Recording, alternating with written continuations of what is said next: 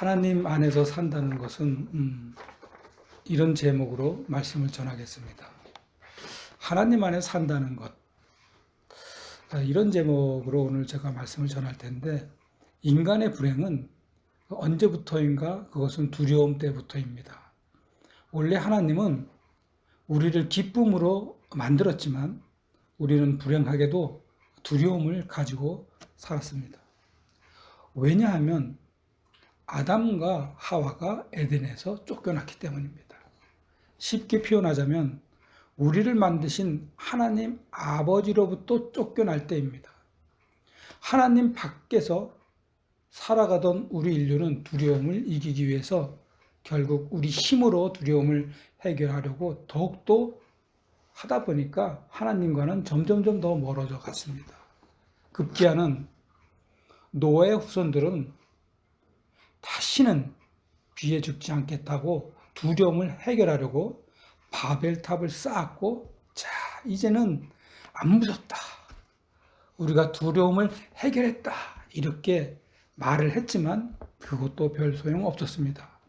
그렇게 인류는 지금까지 두려움 속에서 계속 불행하게 살다가 갔습니다. 그러나 성경은 전혀 두려움 없이 살다간 인물들로 가득 차 있습니다. 그뿐 아닙니다.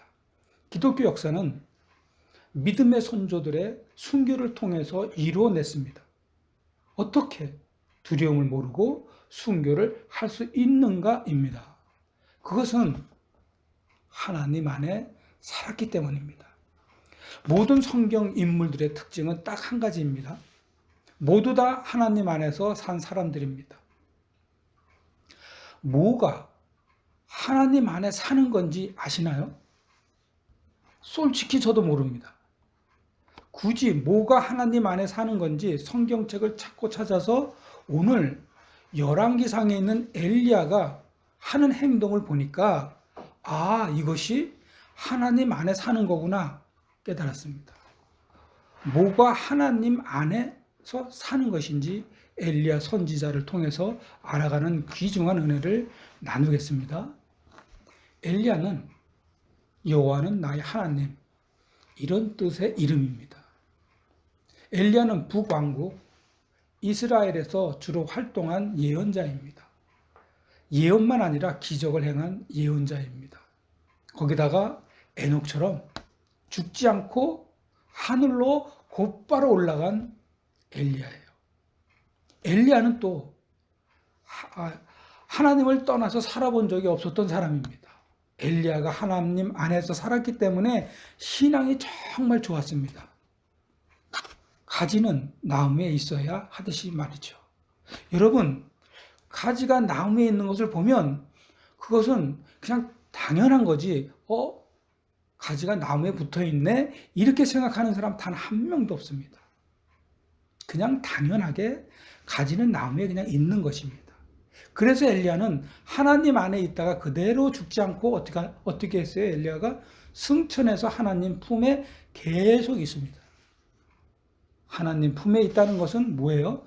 천국에 있다. 여러분도 만약에 여러분이 엘리야처럼 하나님 안에 있으면 여러분도 지금 이 현실 속에서 천국을 사는 것입니다. 천국을 살고 있다는 것은 지금까지 설명했는데 두려움이 없는 상태입니다. 세상에 얼마나 변수가 많습니까? 우리가 예견할 수 없고 예측할 수 없는 무수한 이 변수 때문에 식구들이 험한 꼴 당하고 내 사람들이 다른 사람들에게 공격도 당하고 운전 잘하고 가고 있는데 벼랑간 땅이 꺼지는 일을 당합니다. 이 얼마나 사실 두려운 세상에서 살고 있습니까? 그러나 우리는 천국을 살고 있기 때문에 두렵지 않습니다. 우리 모든 생활은 해피합니다. 따로 행복한 삶을 사는 법을 물어볼 필요가 있을까요? 우리가 두려움 없이 천국을 살고 있는데 굳이 행복한 생활을 하기 위한 방법을 물어볼 필요가 있느냐는 얘기입니다. 없습니다. 왜냐하면 우리는 하나님 안에 살고 있기 때문입니다. 아멘. 우리가 하나님 안에서 살고 있다는 것을 알기만 하면 여러분은 오늘이 기쁘고요, 내일이 기대가 되는 생활을 할 수 있습니다. 아멘. 그렇다면 여러분, 하나님 안에 산다는 것은 무엇입니까? 하나님 안에 산다는 것이 정말 너무너무 추상적입니다. 과연 하나님 안에 산다는 것이 무엇일까요? 첫째, 하나님 안에 산다는 것은 바로 내가 겸손할 때입니다. 여러분, 너무 쉽죠? 내가 겸손하기만 하면 여러분과 저는 하나님의 안에서 계속 사는 겁니다. 그러나 만만치 않다는 것을 우리는 알아야 합니다. 원래 우리는 교만한 것이 더 자연스러운 게 본성이기 때문입니다. 열왕기상 18장 32절, 33절, 34절을 우리 김진희 청년께서 봉독해 드리겠습니다. 32, 33, 34절입니다. 네.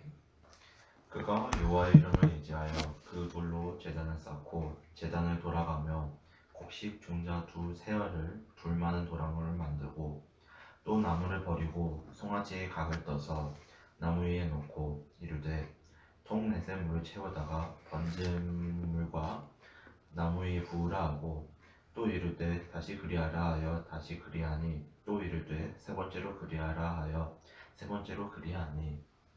아멘. 아멘. 아멘.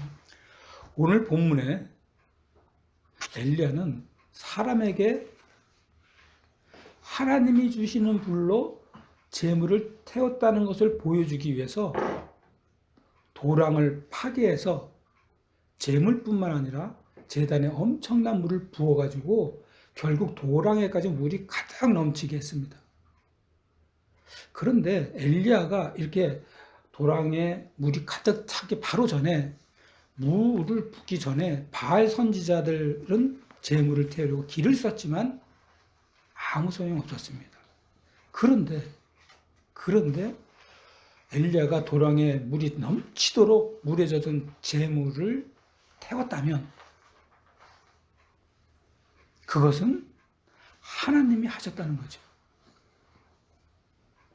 엘리야가 이렇게 도랑이 넘치도록 과감하게 물을 부을 수 있던 것은 하나님이 하실 것이라는 믿음으로 하나님 앞에서 겸손했기 때문입니다.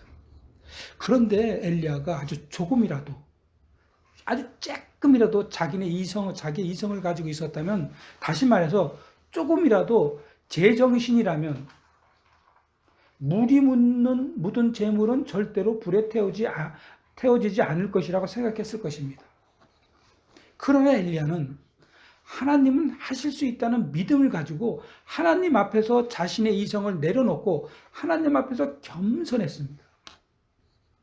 그래서 엘리야가 과감하게 재물과 그 재물 밑에 물이 흘러내려갈 수 있도록 도랑을 파괴해서 그 도랑에 물이 넘치도록 물을 부을 수 있었던 겁니다. 이사야 55장 8절에 보면 이는 하늘이 땅보다 높음 같이 내 길은 너희의 길보다 높으며 내 생각은 너희의 생각보다 높음이니라 말씀하셨습니다. 이분이 하나님이십니다. 하늘이 땅보다 높은 것 같이 하나님의 길은 사람의 길과는 상대가 될 수가 없습니다. 더욱이나 사람의 생각으로는 하나님의 생각을 절대로 이해할 수도 없습니다. 이해했다 하나님 아니죠. 그래서 엘리야는 하나님 앞에서 무조건 어떻게 했다고요? 겸손할 수 있었다는 겁니다.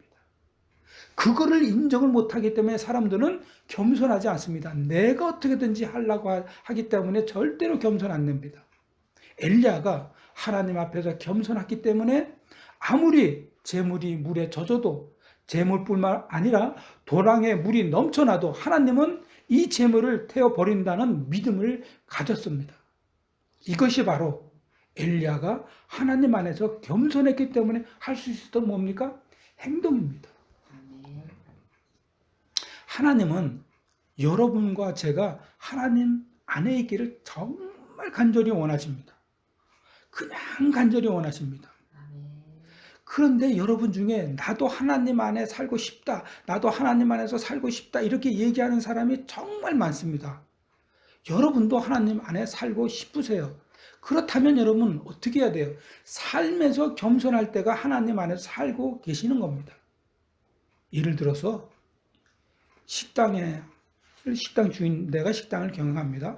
식당을 하면서 한참 바쁘게 손님을 맞이할 때 아니면 아이들을 가리키는 그런 선생일 때, 아니면 어린 아기를 돌보는 그런 일을 할 때 하나님 안에서 살아야 합니다. 어떻게 살아야 합니까? 겸손하게. 아기를 다룰 때 정말 하나님 다루듯이 겸손하게. 손님이 왔는데 바쁘다고 그냥 대충 하는 게 아니라 진짜 겸손한 마음으로 낮은 마음으로 손님을 하나님 대접하듯이 하세요. 그 모든 행동이 바로 하나님 안에서 사는 것입니다. 사랑하는 가족 성도 여러분, 내 생각, 내 취향, 내 입맛에 맞게 일을 하고 있다면 당장 멈추시기 바랍니다. 그것은 하나님과 상관없는 일을 하고 계시는 것입니다. 그렇게 일하시면 하나님을 향해서 가는 것이 아니라, 들어보세요, 세상을 향하여 한 발자국 한 발자국 가다가 끝에 가서는 허무하고 무력하고 무엇을 그렇게 열심히 했지? 하는 인생에 대한 질문만 남길 뿐입니다. 그러므로 여러분, 여러분의 판단을 내려놓으시고 하나님 앞에서 겸손하시기 바랍니다. 하나님이 하실 것을 기대하시기 바랍니다. 하나님이 이루실 것을 믿고 전진하시기 바랍니다. 하나님이 하실 것을 믿고 제단이 물에 적시듯이, 더 나가서 도랑이 넘치듯이 물을 부어대던 엘리야처럼 일하십시오. 그래서 여러분이 하시는 모든 일을 겸손하게 하셔서 하나님 안에서 승리하시기를 축복합니다. 두 번째로, 내가 하나님 안에서 있다는 것은 기도할 때입니다. 어떻게 기도는 빠지는 적이 없을까? 이렇게 생각하시는 분이 계신가요? 맞습니다. 기도, 사람과 유일하게 얘기할 수 있는, 하나님과 유일하게 얘기할 수 있는 통로입니다. 우리가 한 끼만 안 먹으면 배고프죠? 일주일 안 먹으면 모든 것이 다 밥으로 보이죠? 그러다가 보름 정도 안 먹으면 못 움직입니다. 더 밥을 안 먹으면 죽습니다. 기도가 그런 것입니다. 또 기도 이야기구나. 네, 맞아요. 또 기도 이야기입니다. 밥을 먹어야 움직일 수 있듯이 우리의 영혼은 기도를 해야 하나님의 도움과 역사를 체험할 수 있는 것입니다. 열왕기상 18장 36절 37절은 김은숙 집사님께서 봉독하십니다. 저녁 수제 드릴 때에 이르러 선지자 엘리야가 나아가서 말하되, 아브라함과 이삭과 이스라엘의 하나님 여호와여, 주께서 이스라엘 중에서 하나님이신 것과 내가 주의 종인 것과 내가 주의 말씀대로 이 모든 일을 행하는 것을 오늘 알게 하옵소서. 여호와여, 내게 응답하소서. 내게 응답하소서. 이 백성에게 주 여호와는 하나님이신 것과 주는 그들의 마음을 되돌이키심을 알게 하옵소서 하며. 아멘. 아멘. 감사합니다. 아주 귀에 쏙쏙 들어오게 봉독해 주셔서 감사합니다. 저녁 소재 시간이라는 이제 해가 지자마자, 이런 뜻이에요. 해가 지자마자 이스라엘 백성들에게 하나님께 드리는 기도 시간입니다. 이 기도는 하나님께 간구하는 기도입니다. 엘리야가 이 기도를 드린 후에 응답을 받았습니다. 우리도 기도해서 응답 받아야 할 때가 한두 군데가 아니잖아요. 너무 많잖아요. 오늘 우리 기도할 때 정말 하나님께 간구한 게 한두 가지가 아닙니다. 과연 엘리야가 어떻게 기도의 응답을 받았는지 그 힌트를 보고 우리도 그 응답을 받아야 되지 않을까요? 그 힌트를 볼게요. 엘리야가 받은 응답의 힌트는 두 가지 요약입니다. 하나님이 엘리야의 기도에 응답하신 이유는 첫째가 저녁 소재 드릴 때라고 말씀하신 겁니다.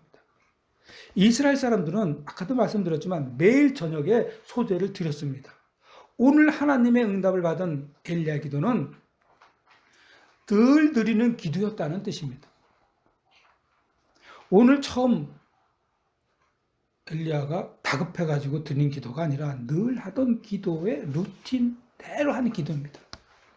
그러므로 하나님이 엘리야에게 응답하신 첫 번째 이유는 엘리야는 언제나 하루도 빠짐없이 늘 기도했기 때문입니다. 여러분 늘 기도하시길 바랍니다. 아멘. 언제나 기도하시길 바랍니다. 아침에 일어나면서 시작해서 잠깐이라도 나만의 공간을 확보하세요. 단 5분이라도 기도하십시오. 일을 앞두고 하나님 하고 부르세요. 이미 하나님은 지금 여러분이 하는, 지금 조금 있다가 이루어지는 그 일을 위해서 예비하신 것이 분명히 있습니다. 여러분, 아브라함이 이삭을 바칠 때 하나님이 이삭 대신 어린 양을 주셨지 않습니까? 그때 아브라함이 행동한 행동이 있었습니다. 창세기 22장 13절 상반절입니다. 아브라함이 눈을 들어 살펴본즉 한 순양이 뒤에 있는데 뿔이 숯불에 걸려 있는지라. 아니, 그전에는 없었나요? 그전에도 분명히 있었습니다. 그런데 하나님이 눈을 밝혀 주셔서 양을 보게 한 겁니다. 마찬가지로 하나님께서 준비하신 것은 여러분의 생각 속에 넣어주시는 것인데 이것이 바로 그렇게 우리가 바라고 원하는 하나님의 기도의 응답인 것입니다. 그래서 기도의 응답을 주시기 위해서 하나님은 상황을 바꾸시는 분이 아니라 그 상황에서 내가 기도하는 사람으로 변하기를 바라고 계시는 것입니다. 아멘. 기도가 있을 때 여러분은 이미 변화가 이루어지기 시작하는 조짐입니다. 시작이기도 하고 우리의 변화를 보신 하나님이 우리의 영혼과 마음과 생각을 인도해 주실 것을 믿으시기 바랍니다. 아멘. 두 번째로 하나님이 엘리야의 기도에 응답하신 이유는 하나님은 사랑이다. 이 사실을 알았기 때문입니다. 자, 하나님은 공의와 사랑이 함께 있으신 분입니다. 나쁜 일을 반복하는 자녀에게 무조건 사랑하시는 것이 아니라 공의로 사랑의 매와 인생의 채찍으로 바르게 하시는 분이십니다. 그러나 하나님은 처음부터 끝까지 사랑이심을 믿으시기 바랍니다. 이건 하나님도 용서 못할 거라고 속단하지 절대로 마십시오. 하나님은 아들이신 예수님을 십자가에서 죽이시기까지 우리를 사랑하시는 분이시기 때문입니다. 본문 37절입니다. 제가 봉독할게요. 주는 그들의 마음을 돌이키심을 알게 하옵소서. 자, 공동번역으로 제가 들려드릴게요. 공동번역은 이렇게 번역을 했습니다. 그들의 마음을 돌이키게 하신 분이 당신이심을 알게 하여 주시옵소서. 다시요. 그들의 마음, 이스라엘의 마음입니다. 이스라엘의 마음을 돌이키게 하신 분은 바로 하나님이심을 이스라엘로 하여금 알게 하여 주십시오. 이렇게 기도했다는 겁니다. 이스라엘 백성들이 회개할 기회를 주고 계시는 분이 하나님이심을 알게 해달라고 했기 때문에 엘리야의 기도가 하나님께 응답을 받을 수 있었습니다. 다시 말해서 하나님은 사랑이시다 라는 것을 이스라엘 백성들이 알게 하옵소서입니다.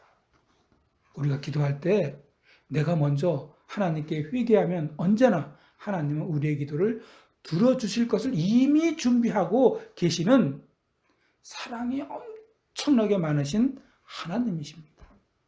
방금 전에 싸웠는데 하나님의 기도를 들어줄까? 아닙니다. 싸워도 기도하십시오.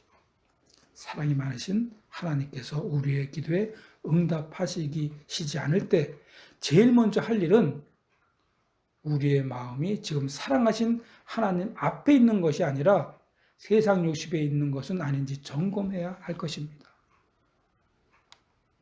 그러므로 사랑하는 가족, 성도 여러분, 기도할 때 침묵과 묵상으로 제일 먼저 할 일이 바로 나를 점검하는 겁니다.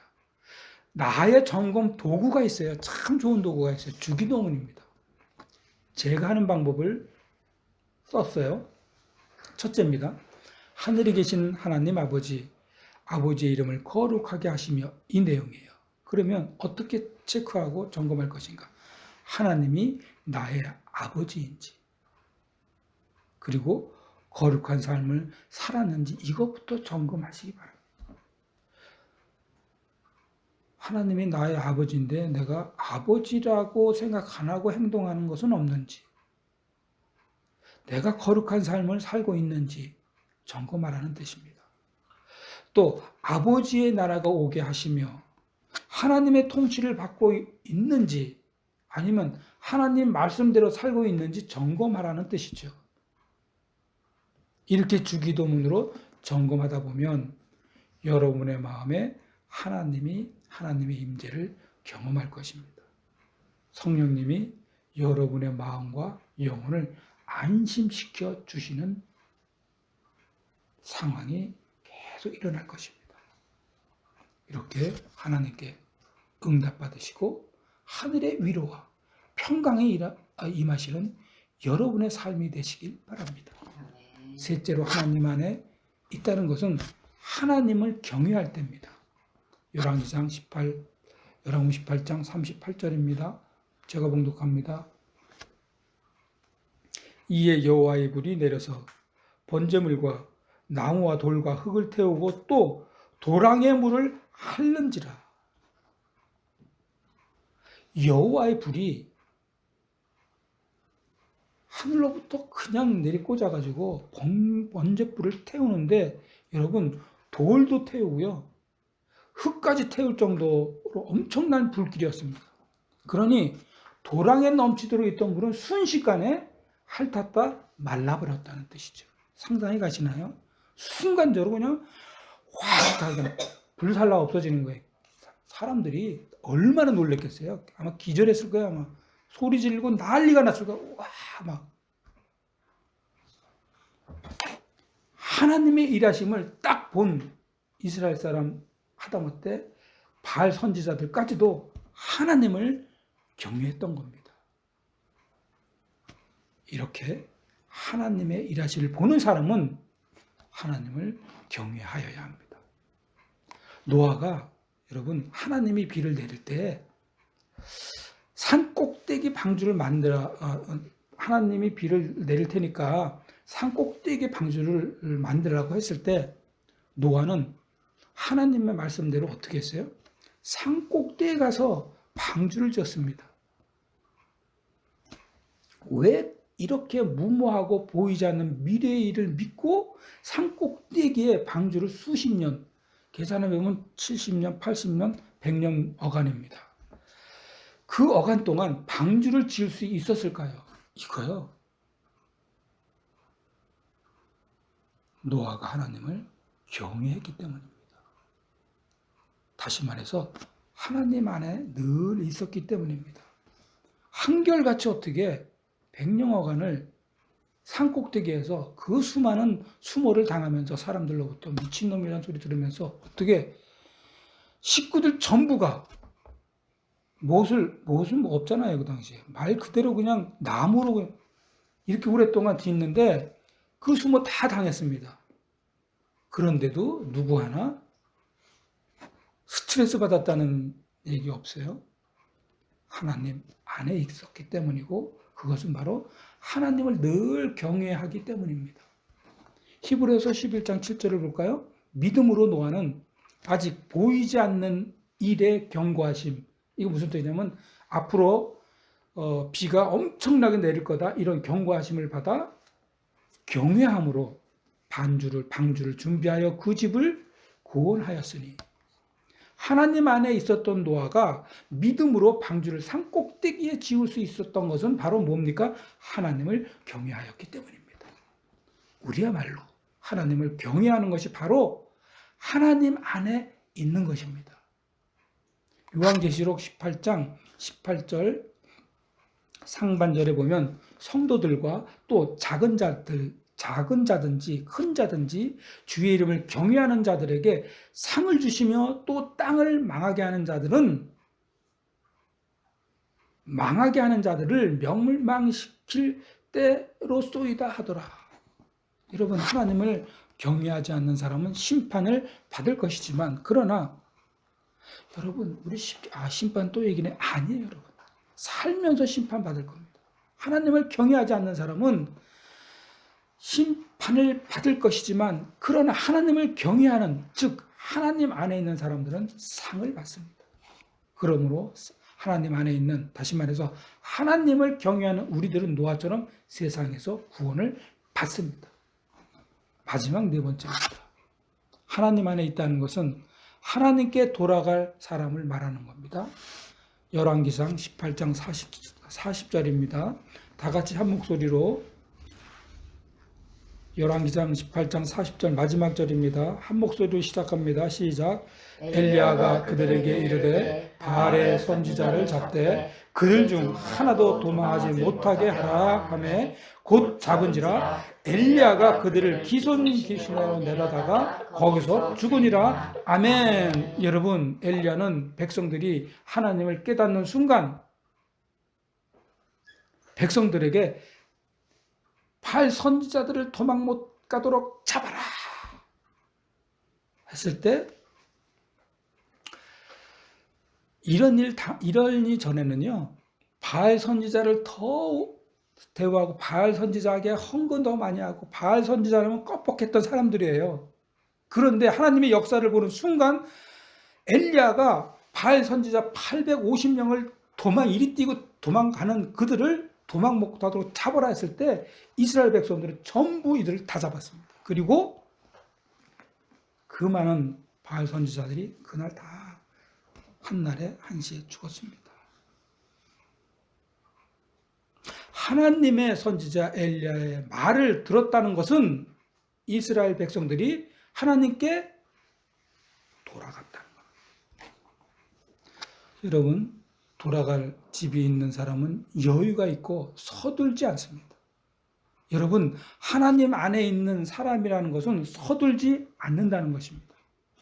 하나님 안에 있는데 서둘거나 급하거나 조급하거나 하지 않습니다. 이게 바로 하나님을 깨닫고 하나님께 돌아갈 사람들이 가지고 있는 성품입니다. 성격입니다. 혹시 여러분 중에 조급하고 급하고 서둘거나 하는 상황이 있다면 그것은 지금 조금씩 하나님 밖에 계속 가고 있는 중입니다. 아브라함이 하나님의 명령에 순종해서 가나안 땅에 내려갔을 때 그때요. 늘 하나님의 안에 있었습니다. 그런데 가나안 땅이 베란강 가뭄이 들자 그냥 가뭄 피하자고 냅다 애굽 땅으로 내려갔습니다. 기도하지 않고. 이 기도하지 않는 순간부터 아브라함은 하나님 안에 있지 않았습니다. 그래서 어떻게 됐어요? 조급해졌고 급해졌고 서둘러서 애굽으로 냅다 도망간 겁니다. 하나님 안에 있지 않았다는 그 결과는 아주 치명적이었습니다. 급하게 서둘러서 급하게 내려간 그 애굽에서 아브라함은 아내를 빼앗기는 절망 가운데 있었죠. 모세가요, 출애굽한 이스라엘 백성을 산 밑에 이렇게 다 두고 하나님을 만나러 갔습니다. 이때 모세는 하나님으로부터 정말 전무후무한 사건을 만납니다. 십계명 돌판을 하나님이 쓰셔서 모세가 받고 내려왔습니다. 그런데 이스라엘 백성들은 모세가 너무 오랫동안 내려오지 않으니까 생각에 이렇게 오래 정도 안 내려오면 죽었다 이거예요. 맞는 얘기입니다. 그래서 이들이 우리를 인도할 신을 만들자고 해서 만든 신이 금송아지입니다. 이때 조급한 마음을 가졌던 이스라엘 백성의 한 행동은 하나님을 배신한 겁니다. 사람들이 여러분 조급한 마음을 가지는 순간 하나님 안에서 밖으로 나가는 거고, 이토록 이렇게 조급함은 하나님을 배신할 정도로 아주 치명적으로 나쁜 겁니다. 제가 이렇게 오랫동안 이렇게 말을 하는 이유는 이 조급함이 얼마나 나쁜 건지를 설명하기 위해서 이렇게 길게 설명했습니다. 그러므로 하나님의 안에 있는 사람은 조급함이 없습니다. 단연코. 조급한 마음이 들면 기도부터 해야 됩니다. 아니면 아무것도 하지 마시고 하나님 앞에서 묵상을 해야 됩니다. 조급할 때 절대로 움직이지 마십시오. 조금이라도 조급함이 사라지는 그 순간부터 여러분은 하나님 안에 조금씩 다시 들어오는 것입니다. 그때부터 성경을 보십시오. 말씀에 깊이 들어가세요. 그리고 설교를 들으십시오. 하나님이 나에게 무슨 말씀을 하시는지 깨닫게 해달라고 계속 기도하세요. 여러분, 우리는 젊을수록 조급합니다. 이 조급함은 저 멋진 젊음을 소비해버리게 하는 아주 나쁜 짓입니다. 그런데 여러분, 나이가 많이 들으면 침착하게 지겠지만 전혀 그렇지 않습니다. 늙을수록 점점 더 조급해집니다. 그래서 말년에 조급함을 이기지 못하고 그동안 쌓아놓던 모든 경력을 한꺼번에 다 날려버리는 사람이 엄청나게 많습니다. 지도자일수록 여러분 조급함이 없는 것이 덕입니다. 이게 바로 덕입니다. 말년에 어느 총회장이 정말 이 문제 때문에 우리도 참 총회를 열 수 있을지 없을지 그런 아주 굉장히 위험한 때가 있었는데 총회 잘 끝냈습니다. 총회장이 불미스러운 일에 평생 이룬 모든 것을 하루아침에 다 날려버렸습니다. 지도자는 늘 조급함을 경계해야 합니다. 아멘. 우리 두 아들에게 꼭 하고 싶은 말이 조급하지 말라. 아멘. 아주 그 유명한 징기스칸 아시죠? 징기스칸이 사냥을 엄청 좋아해요. 그때 징기스칸이 꼭 매를 친구처럼 데리고 다니는데 매는 거의 너무너무 매일같이 데리니까 그냥 매가 아니고 그냥 친구입니다. 이 징기스칸에게는. 하루는 징기스칸이 또 사냥하러 나갔는데 한참 가뭄때라서 물이 없는 거예요. 그래서 물을 찾으려고 매를 풀었습니다. 쫙 매가 돌다가 하루다 매가 그냥 내리꽂으니까 보니까 저희가 샘물이 있나 보다 따라갔습니다.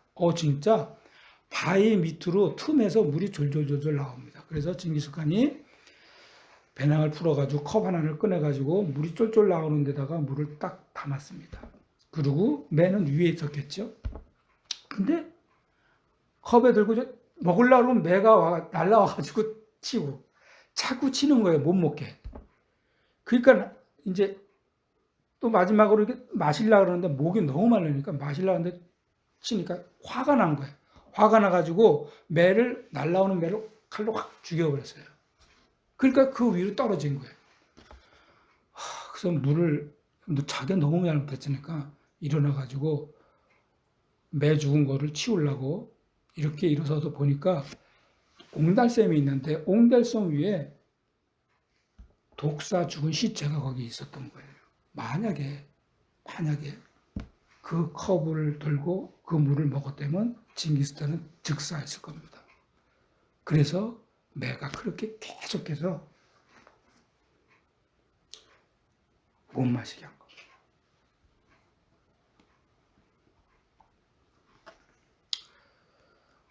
이 상황에서 매는 자기 주인 물을 못 마시게 계속 한 건데 징기스칸은 그거를 조급한 마음으로 죽여버렸습니다. 그래서 징기스칸은 막사로 돌아가서 금으로 자기의 매를 똑같이 모양을 떠가지고 양쪽 날개에다 다음과 같은 문구를 적었습니다. 분노로 한 일은 실패하기 마련이다. 설령 마음에 들지 않는 행동을 하더라도 벗은 여전히 벗이다. 목이 마르다는 조급함. 아니 일개 매라는 인간, 이 매라는 것이 자기를 무시해도 유분주지 하는 자신을 무시하는 그래서 조급함. 빠른 판단으로 인한 분노로 벗을 잃게 하지 않겠다는 의미가 있는 거죠. 조급함은 분노를 일으키고 조급함은 결국 살인도 합니다. 이렇게 조급함은 우리를 망하게 합니다. 그런데 하나님 안에 있으면 절대로 조급해지지 않는다입니다. 왜요? 하나님 안에 있으면 기도를 하게 되고 겸손해지기 때문입니다. 그러므로 사랑하는 가족, 성도 여러분, 항상 기도와 겸손으로 조급함 없이 하나님 안에 사시는 여러분 되시길 축원합니다. 아멘. 다 같이 기도하겠습니다. 하나님 아버지, 우리를 하나님 안에서 살도록 하여 주시옵소서. 아멘. 하나님을 떠나서는 우리는 살 수 없습니다. 물고기가 물을 떠나서 살려고 한다면 이것만큼 어리석은 것이 어디 있겠습니까? 하나님, 우리의 모든 삶을 하나님 안에서 살게 하여 주시옵소서. 아멘. 예수님의 이름으로 기도합니다. 아멘.